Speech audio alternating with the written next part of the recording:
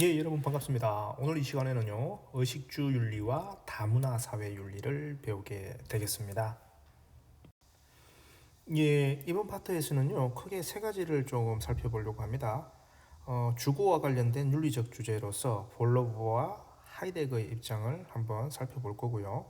그 다음에 소비와 관련했을 때 합리적 소비와 윤리적 소비의 어떤 개념을 다시 한번 더 살펴보고자 합니다. 마지막으로는 다원화와 관련했을 때 사용되고 있는 개념을 조금 정리를 해 보고자 합니다. 자, 먼저 이제 주와 관련된 내용이죠. 하이데거가 지적했던 것처럼요. 이제 집이라는 것이 가지고 있던 어떤 본래적 의미라는 게 있었다라는 거죠. 근데 이게 지금 오늘날 어떻게 되고 있죠?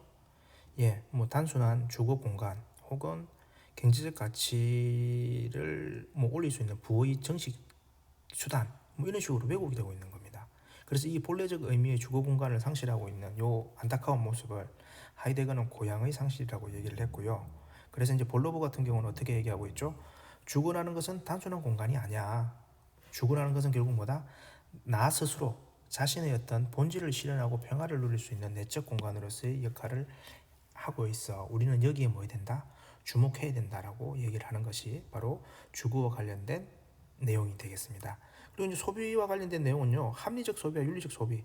예, 합리적 소비는 뭐죠? 가성비를 지향하고 있는 겁니다. 최소 비용의 최대 만족을 얻는 이런 소비가 합리적 소비라는 거고, 윤리적 소비는 아쉽게도 가성비보다는 뭐하죠? 가치 판단, 요걸 더 우선으로 하는 겁니다. 그래서 대표적인 것이 녹색 소비, 착한 소비라고 있다고 했죠. 녹색 소비는 뭐죠? 환경을 우선 고려해가지고 친환경적이고 지속 가능한 소비 생활을 추구하는 것이 녹색 소비라고 얘기를 했습니다. 그리고 착한 소비는 인권의 가치를 우선으로 한다는 것 얘기를 했죠. 자, 그리고 마지막으로 다원화와 관련된 부분, 동화주의입니다. 동화주의는 하나의 문화 안에서 다른 문화를 편입한다는 건데, 예를 들어서 A라는 문화가 있고 B라는 문화가 있다고 했습니다. 근데 이 A, B의 문화 중에서 A의 문화 안에 B가 들어가 버리는 겁니다. 그래서 어떤 문화가 된다? A 문화가 되는 거. 이것이 바로 동화주의라고 얘기를 했고요. 그 다음 다문화주의는 뭐죠? 예, 다문화주의는 샐러드 모델이라고 말씀을 드렸습니다. A라는 문화도 있고 그 다음에 B라는 문화들이 있습니다. 근데 이 A와 B가 어떤 관계를 유지해간다? 예, 지금 있는 그들의 모습을 그대로 이어간다라는 겁니다.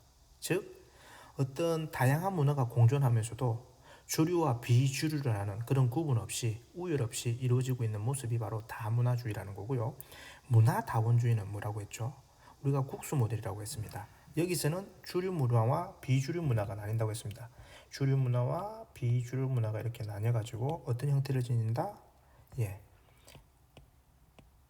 그걸 정확하게 가져가는 거죠. 소문자비가 되는 겁니다. 기존에는 그 우열이 없다가 이제 그 부분이 정확하게 정해지는 거죠. 그래서 다양한 문화가 공존을 합니다. 하지만 뭐가 있다? 위계가 있다라는 겁니다. 위계가 있다라는